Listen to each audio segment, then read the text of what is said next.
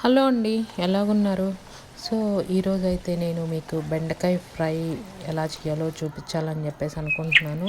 So చాలా simple అండి, ఇది ఎవరైనా చేసుకోవచ్చు అనమాట.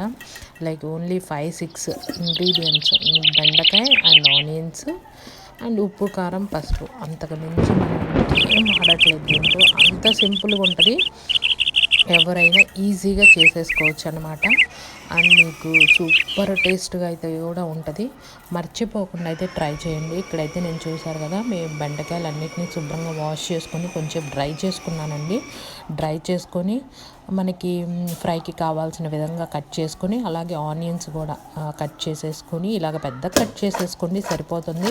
అలాగే ఉప్పు, కారం, పసుపు ఈ మూడు మంచిగా వేసేసి ఇలా మిక్స్ చేసేసుకోండి. బెండకాయలు మటుకి వాటర్ ఉంటే మీకు జిగటగా ఉంటుందండి. సో మస్తుగా అయితే వాటర్ని అయితే మొత్తం తీసేసి కొంచెంసేపు డ్రై చేసుకోండి. దానివల్ల ఏంటంటే చూస్తున్నారు కదా, ఇక్కడ మనకి జిగట అనేది కనపడట్లేదు. నేను డ్రై చేసుకున్నాను కాబట్టి ఇలా ఉందన్నమాట.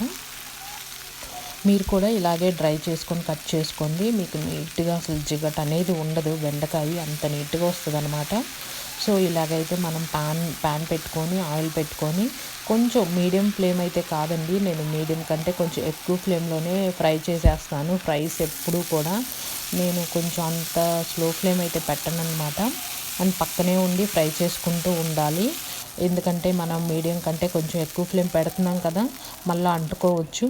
సో అదంతా చూసుకుంటే ఇలా ఫ్రై చేసేసుకోండి. చూడండి, మనం ఎన్ని బెండకాయలు పెట్టుకుంటే మనకి ఫ్రై అనేది ఎంత కొంచెం అయిపోయిందో. అసలు మీరు ఉట్టి వైట్ రైస్లో తింటుంటే అద్రిపోయిద్ది అనమాట. టేస్ట్ అయితే అద్రిపోతుంది. మర్చిపోకుండా ట్రై చేయండి. అండ్ మోర్ వీడియోస్ కోసం లైక్, షేర్ అండ్